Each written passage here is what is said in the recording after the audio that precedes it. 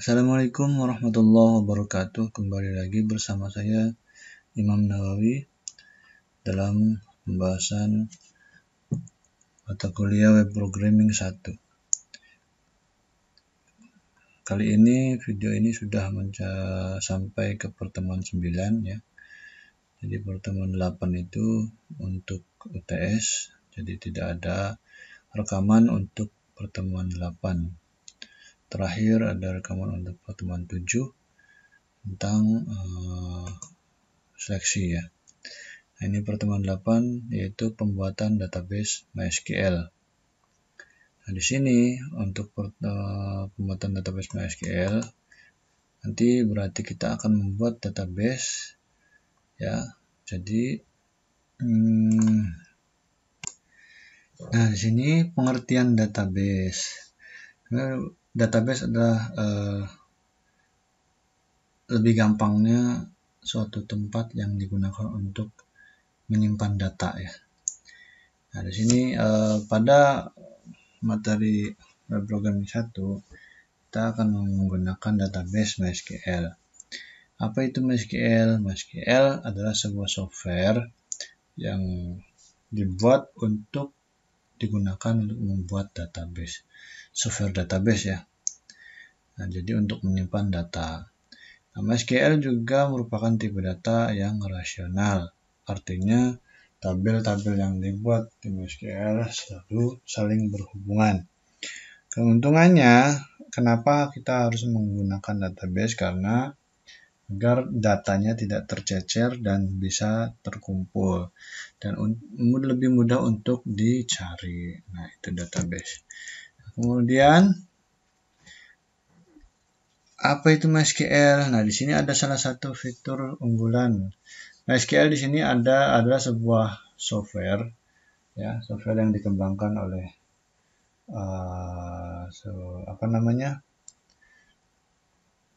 surrogate ya, Konami ya. Kan Konami namanya apa ya, lupa saya. Nah, di sini ada softwarenya, fiturnya ya.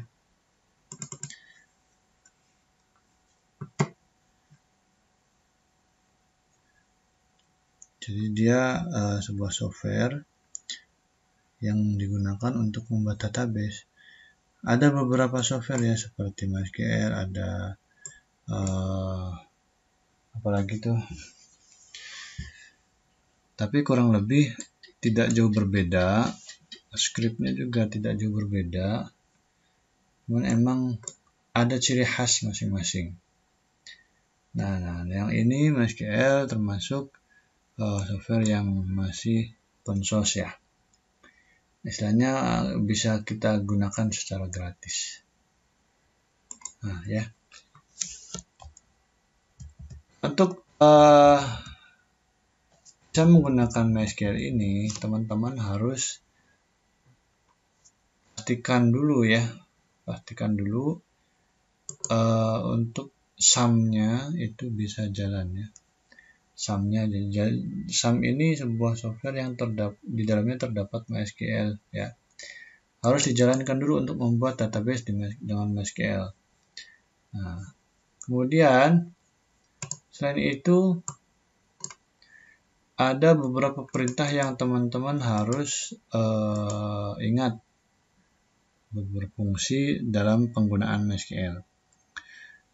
Yaitu diantaranya ada MySQL Connect. Nah, MySQL Connect ini perintah yang digunakan ini ya, perintahnya bukan MySQL strip connect tapi MySQL_connect. Perintah yang digunakan untuk mengkoneksikan antara file yang kita punya ke database MySQL. Nah, kalau kita sudah jalankan ini, kemudian kita di bagian yang lurus dengan kata MySQL kita klik admin. Nanti dia akan membuka halaman yang namanya localhost php_admin. Nah, di sini nanti kita akan membuat database ya. Nah, ini bisa dibuka. Ya. Seperti itu. MySQL Connect itu digunakan untuk mengkoneksikan file PHP kita ke localhost MySQL, ke sini. Nah, ke halaman ini.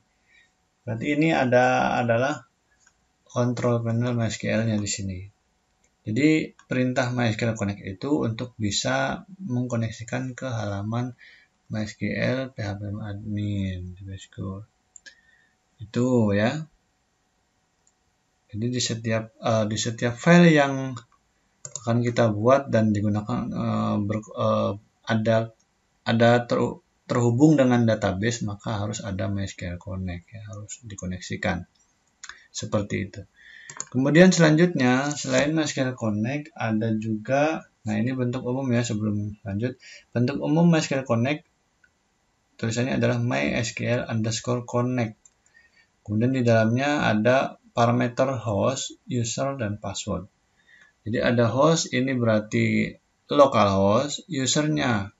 Kalau dari secara default, SAM itu kita install, user yang sudah otomatis terbuat adalah namanya root. Jadi nanti di sini tulisannya adalah localhost root. Nah, passwordnya kalau SAM itu secara otomatis tidak ada penggunaan password. Kecuali kalau kita akan membuat sendiri gitu ya. Kalau kita akan membuat sendiri, usernya sendiri, terus passwordnya diberikan password, maka harus ada passwordnya. Nah, kalau secara default dari SAM-nya itu tulisannya hanya MySQL_Connect, buka kurung, localhost, root, kutip, kosong alias kosong gitu ya. Jadi gitu ya. Localhost juga pakai kutip, root juga pakai kutip, dan kutip kosong. Nah, itu titik koma. Itu MySQL Connect. Nah, selain MySQL Connect ada yang namanya MySQL CreateDB. Nah, perintah ini perintah yang digunakan untuk membuat database, membuat nama database. Ya, namun kalau yang sering terjadi, perintah MySQL CreateDB ini jarang digunakan. Karena apa? Karena tadi ya, dengan adanya fitur yang lebih mudah, biasanya pengembang web itu tidak mau repot-repot menggunakan MySQL ConnectDB. Paling ketika menggunakan ini ketika memang kebutuhannya seperti itu, misalkan belum pengen membuat software yang kira-kira database-nya itu akan dibuat secara dinamis gitu ya, tidak, jadi bisa berubah-ubah database yang digunakan gitu. Nah, jadi itu.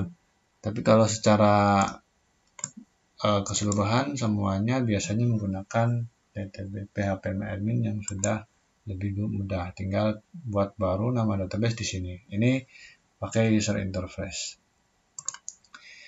Kemudian ini untuk bentuk umumnya MySQL_create_db, nama database-nya apa gitu ya.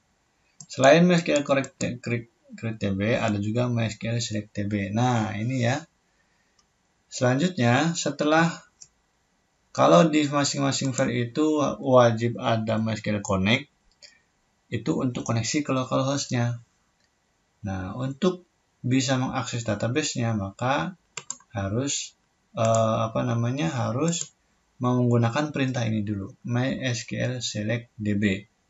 Jadi kita milih database yang mau digunakan. Bentuk umumnya seperti ini, MySQL_select_db, nama database yang sudah dibuat. Nah, kalau ini nama database yang sudah dibuat ya untuk mengaktifkan database.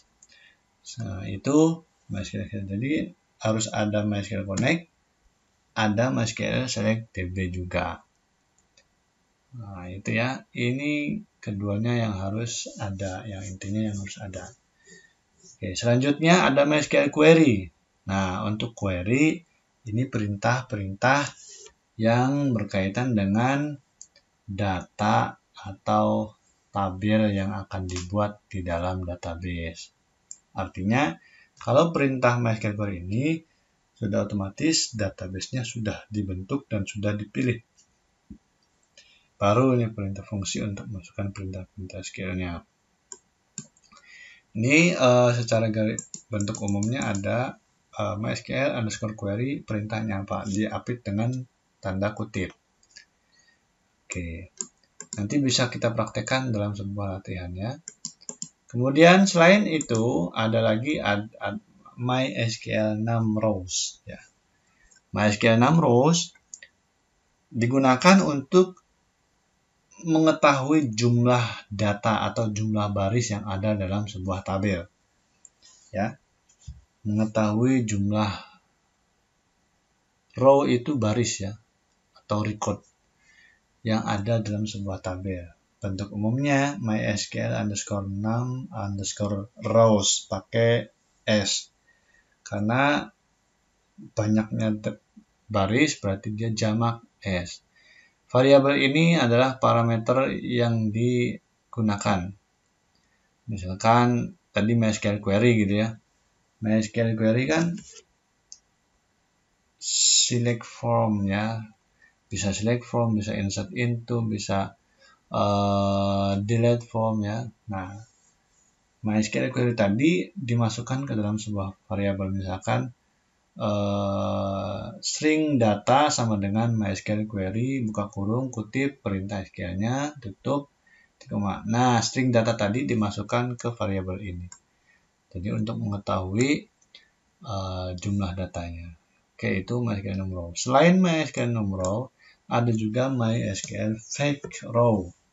Nah, kalau ini untuk mengambil data.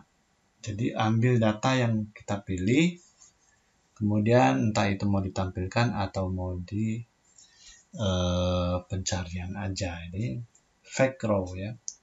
Fungsi ini untuk mengambil data per record atau per baris dalam sebuah tabel berdasarkan sistem urutan nomor indeks.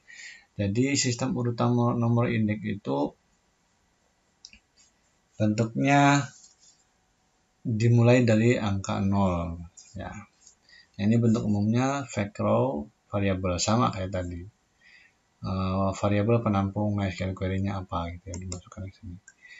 Ada selain fake row ada fake array. Nah, ini perbedaan. Sama-sama mengambil data dalam satu record ya, tapi ada perbedaannya, yaitu mengambil data per record. Yang membedakan adalah kalau fake row ya, fake row data yang diambil berdasarkan nomor urut indeks.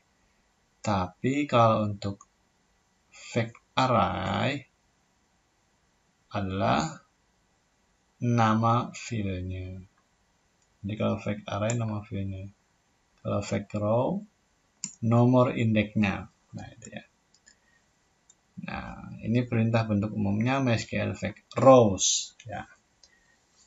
Ini sebenarnya bukan fake row ya, fake array. Ini berarti belum diedit ya. Fake array. Kalau fake row yang tadi sudah ya. Nah, itu perintah-perintah yang bisa digunakan untuk berkaitan dengan file script di PHP dengan database. Nah, sekarang kita coba praktekkan nih membuat database menggunakan localhost php myadmin. Nah, buka browser Anda, kemudian ketikkan, nggak usah pakai HTTP juga boleh ya, asal sumnya dipastikan sudah dijalankan. Langsung aja ketik localhost /php myadmin. Nanti akan terbuka halaman seperti berikut. Nah, seperti ini. Kemudian setelah terbuka, selanjutnya kalian membuat database baru ya dengan klik tombol ini baru gitu ya. Kemudian di sini kalian isi nama database-nya apa. Nah, karena kebetulan di modul itu membuat nama database-nya db_berita. Ini saya sudah buat nama database-nya db_berita. Nah, itu. Kemudian ketika sudah diisi nama database-nya, baru klik create. Nah, ini versi lama, tidak ada tombol baru di sini ya. Tapi bisa langsung dari sini, klik database, ada di kolom ini ya. Database nanti akan ada pengisian ini. Kalau yang versi baru, sumnya ada tombol new di sini atau baru di sini ya. Bisa juga dari sini sama ya. Tapi dia dipermudah ada tombol new di sini. Nah, itu. Kemudian Ketika sudah dibuat database-nya, nanti langkah berikutnya teman-teman membuat tabel dalam database tersebut. Nah, dipastikan posisi yang ada di sini, ini namanya localhost 127.0.0.1, ini localhost ya. Kemudian database-nya adalah DB berita. Supaya ketika kita bikin tabel, bener nih tabelnya masuk ke dalam DB berita. Kalau di sini nggak ada DB berita, berarti nanti tabelnya bukan masuk ke dalam DB berita. Nah, itu seperti ini ya. Jadi klik DB berita. Nah, posisinya di sini. Localhost sama DB berita. Ini database yang sudah saya buat, ada artikel sama buku _ tamu. Nah, teman-teman diminta untuk membuat tabel artikel. Nah, ini keterangannya. Kalau kita mengikuti keterangan yang ada di modul, filenya adalah ID artikel, judul, isi, dan gambar. Ada 4 kolom, ada 4 field ya. Tipe data, lane, sama keterangan, auto increment, primary. Nah, kita coba ID artikel, judul, isi, gambar. Di sini akan saya jabarkan lagi yang sudah saya buat artikel. Nah, kita klik ke struktur. Di sini ada ID artikel. Ya, ID artikel. Kemudian jenisnya, kalau saya ubah nih ya, nanti bentuknya seperti ini. Nah, bagian ini jenis. Nama ID artikel, jenisnya apa? Karena tadi diminta untuk auto increment ya keterangannya sama primary key, maka saya buat jenisnya menjadi integer. Di sini ada pilihannya apa saja, tapi karena buat menambah otomatis nomornya, jadi dibuat integer. Ini rank paling total ya, integer itu totalnya 11. Bawaannya tidak ada, penyortiran tidak ada, atribut tidak ada, tak ternilai juga tidak ada. Nah, di sini yang tadi keterangan tadi, AI ini auto increment harus di checklist. Yang keterangan tadi nih, keterangan untuk ID artikel ada auto increment sama primary key. Artinya ada settingan tambahan yaitu auto increment sama primary key. Nah, itu. Nah, di sini auto increment di checklist, dan primary key-nya di mana? Primary key-nya kalau sudah dibuat tidak tampil di sini ya. Primary key-nya nanti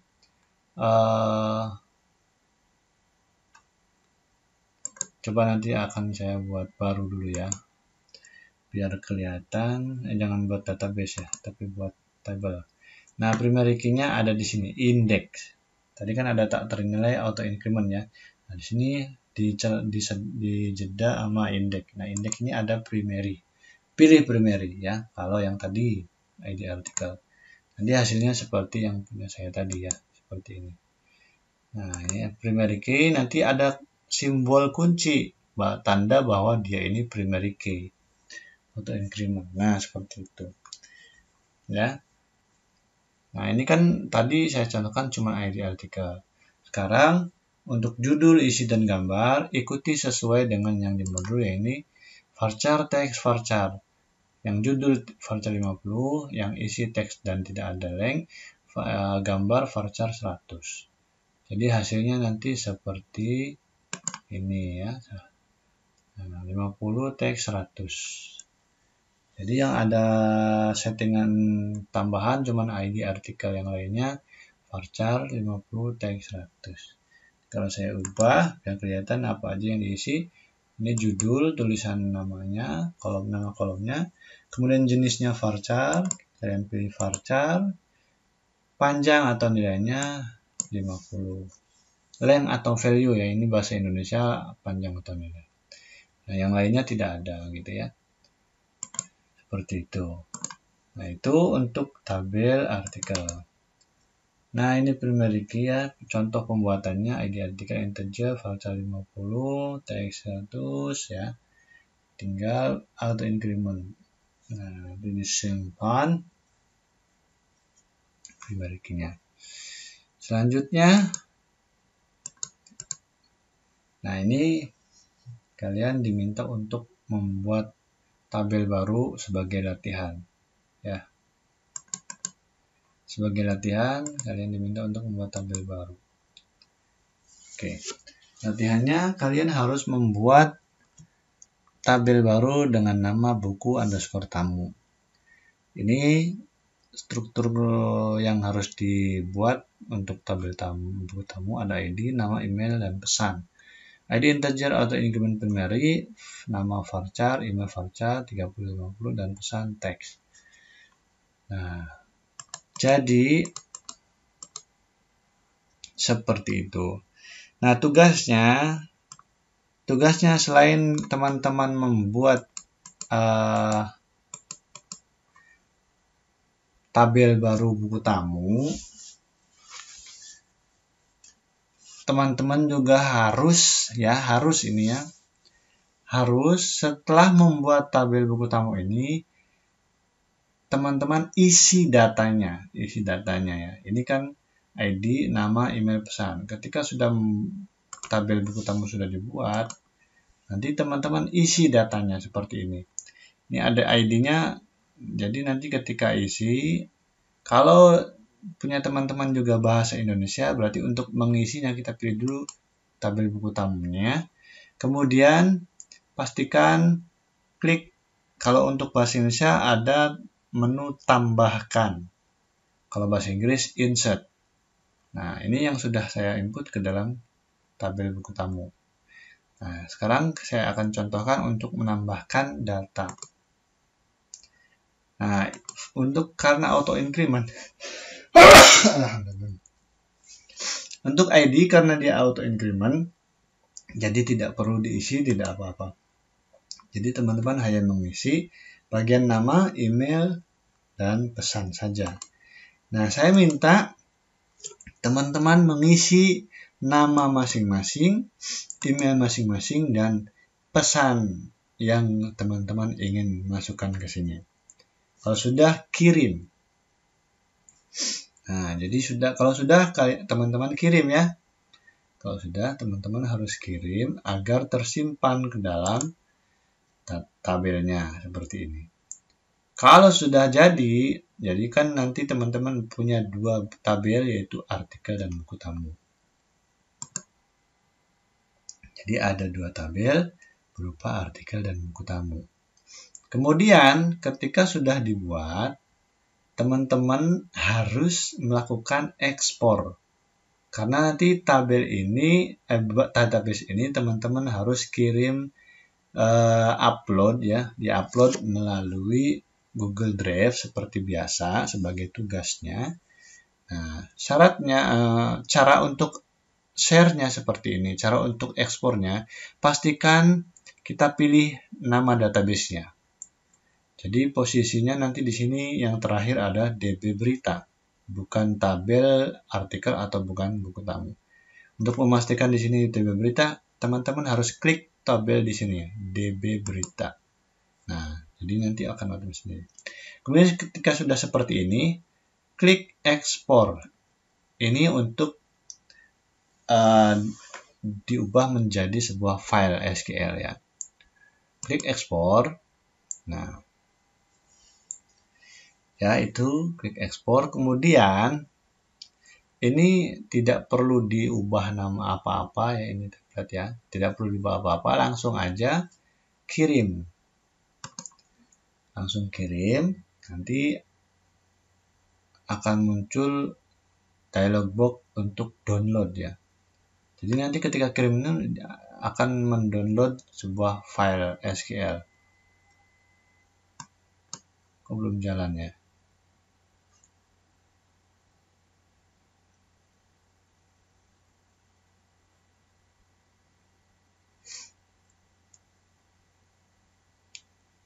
Oh ini ya, karena pakai Chrome, ya lupa kalau dia masuknya ke sini ya. Kalau nanti teman-teman pakai software downloader, akan nampil, bisa diubah nih namanya ya. Ini nama database-nya bisa teman-teman ubah. Nah, berarti teman-teman harus merubahnya menjadi, kita coba ini masuknya kemana ya, buka ke dalam folder. Nah ini ya, Ya, hapus 1 karena ada 2. Teman-teman harus ubah sesuai dengan NIM masing-masing 12062454 dan NIM dan nama underscore imam. Nah, seperti ini ya. NIM nama. Nah, kalau sudah diubah NIM nama, baru teman-teman upload ke Google Drive. Nah, seperti itu kira-kira. Paham ya kira-kira? Nanti tugasnya seperti itu, hanya membuat tabel. Kemudian, lanjut ya. Masih ada lagi. Tugasnya hanya itu, tapi ini materinya harus saya jelaskan lanjut. Nah, setelah tadi bisa membuat database dan tabel, teman-teman juga harus menginstal ya. Install Dreamweaver.